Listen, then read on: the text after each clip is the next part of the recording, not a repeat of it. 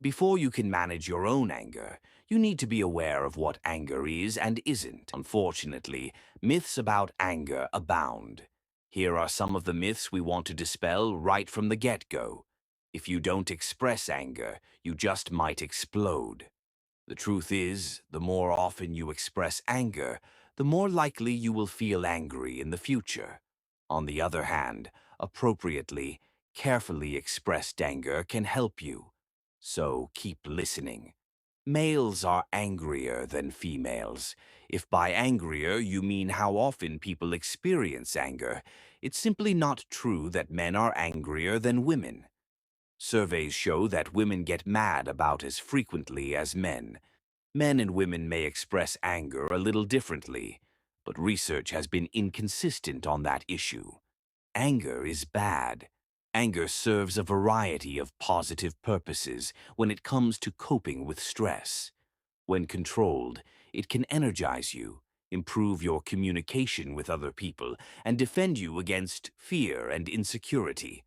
Anger is good when it leads to domestic violence, property damage, sexual abuse, drug addiction, ulcers, and self-mutilation. Anger is nightly not good. Anger is only a problem when you openly express it. Many angry people either suppress their anger, I don't want to talk about it, or really, people who repress their anger. I'm not angry at all. Their anger are the squeaky wheels who get everyone's attention. People who repress or suppress their anger need anger management just as much. The older you get, the more irritable you are. It's the other way around. As people age, they report fewer negative emotions and greater emotional control. People, like wine and cheese, do tend to improve with age. Anger is all in the mind. When you get mad, that emotion instantly manifests itself in muscles throughout your entire body.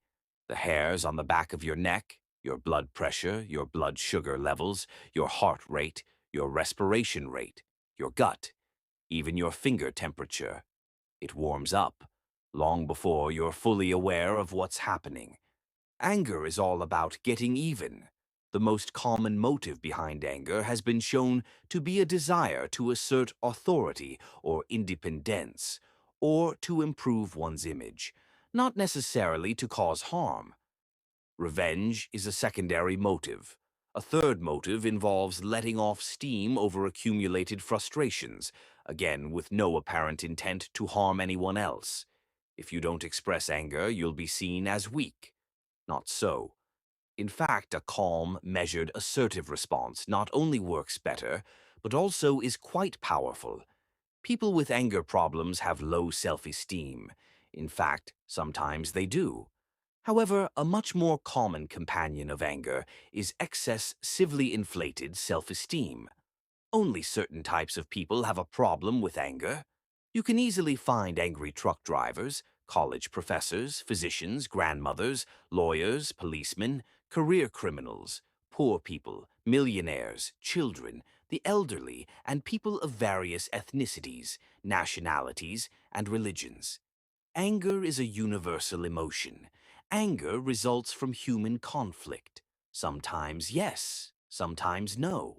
People get angry by being exposed to foul odors, negotiating traffic jams, aches and pains, computer problems, and hot temperatures, none of which involve, or can be blamed on, the direct, intentional actions of others.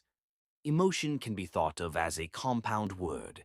The E stands for energy, and the motion means exactly what it says, movement.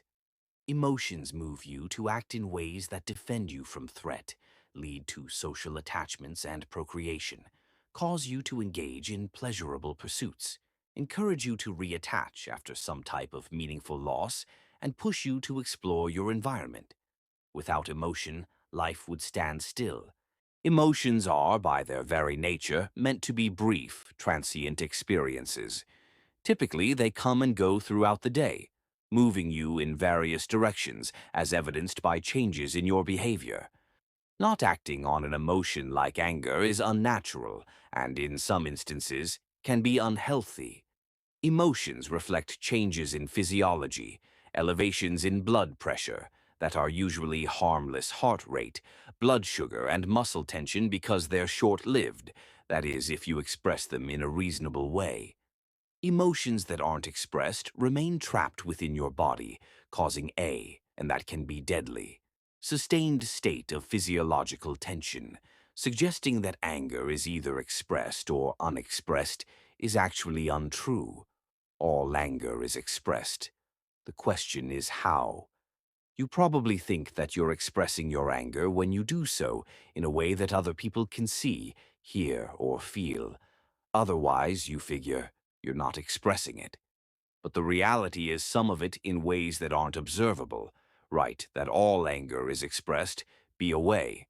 For example, you may not look or sound angry, but your anger may expressing itself in your cardiovascular system through high blood press, sure, or migraine, headaches, your gastrointestinal system through irritable bowel syndrome, IBS, or a spastic colon, or your musculoskeletal system through TMJ or tension headaches. Or anger may express itself in negative attitudes, pessimism, cynicism, hopelessness, bitterness, and stubbornness, or some form of avoidance behavior, giving people the silent treatment. Oppositional behavior, I don't think so, or passive-aggressive behavior, I'm sorry, did you want something? Anger may also sour your mood and leave you feeling down or depressed. You suddenly lose the enthusiasm you had previously. Dr. Paul Ekman developed a list of 7 primary emotions seen in all cultures around the world. These emotions and some of the ways they express themselves. Sad. The eyelids droop, corners of mouth turn down. People withdraw from others. Thoughts focus on negative, pessimistic issues, losses, and inferior self-views. Body temperature rises, and heart rate increases. Joy corners of the eyes wrinkle, smiles and corners of the mouth turn up. Thoughts dwell on positive enjoyment, laughter. Surprise eyes widen and become rounder. The mouth opens, expression occurs and recedes rapidly in response to an unexpected event. Thoughts focus on the unexpected aspects of what occurred and why. Disgust. The nose wrinkles, the upper lip curls, also a rapid response to something that looks, smells, or tastes unpleasant. Thoughts focus on avoiding or removing oneself from the disgusting object. Contempt. The muscles in the cheek pull back, which results in a half smile or sneer. The head often tilts a bit back. Thoughts focus on the inferiority of others. Fear. The eyes open wide, lips stretch out, heart rate increases, body temperature drops. Thoughts dwell on how to deal with danger, whether to fight, flee, or freeze. Posture slumps. Anger. The eyes glare and narrow, lips pressed together. Body temperature and heart rate increase. Posture puffs up. Thoughts focus on issues such as unfairness, revenge, injustice, attacking, and getting even. Alexithymia is a word used to describe people who appear to lack emotions anger. Alexithymia is thought to be a fairly stable, including personality trait, but isn't a formal psychological diagnosis in and of itself. Alexithymics tend to have difficulty identifying different types of feelings, appear stiff and wooden in relating to others, lack emotional awareness, lack enjoyment, have trouble distinguishing between emo tie-ins and bodily feelings, appear overly logical when it comes to decision-making, lack sympathy for others, appear perplexed by other people's emotions, be unmoved by art, literature, and music, have few, if any, emotional memories, for example, memories of childhood. We don't suggest disconnecting from your feelings to manage your anger. You want to have emotions, but you want to be in control of those emotions. You want to let anger move you to write a letter to the editor in your local newspaper about some social injustice. You want your anger to move you to stand up for yourself when your talents are being exploited in the workplace. Anger that says to your spouse, "Hey, something is not working here," is good for a re-age. But if your anger only moves you to hurt others or yourself, then you definitely have a problem. Think of anger as a tool that can help you throughout life. Everybody needs support. Nobody can go through life completely alone. When you're embarking on a major change in your life, the help of other people is especially important, and managing your anger is a major life change. Support comes in many forms. To manage your anger effectively, you need all the following kinds of support. Carefully selected family and friends. You need people who are behind you 100%, people who know about your problems with anger and are cheering you on as you figure out how to manage it. Don't be too surprised if, at first, you have trouble getting support for your efforts at anger management. Realize that you've probably hurt a lot of people with your anger over the years, and they may have some lingering resentment, fear, and uncertainty. That's natural, but if you're truly committed to managing your anger, chances are they'll eventually rally to your cause. Informational support. You can have the best of intentions, but if you don't have the information you need about anger and how to manage it, you won't get far. Lucky for you, you're holding all the information you need to get a handle on your anger in your hands. Self-help. Most communities have anger management self-help groups and classes. These are usually published in the newspaper and on the internet. Some religious organizations also sponsor such self-help groups. Professional help. People with anger management problems generally don't think of themselves as needing psychotherapy.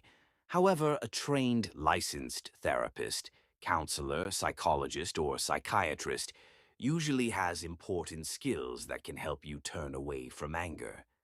Therapy can help you identify your personal anger triggers, teach coping skills, and support you through the process.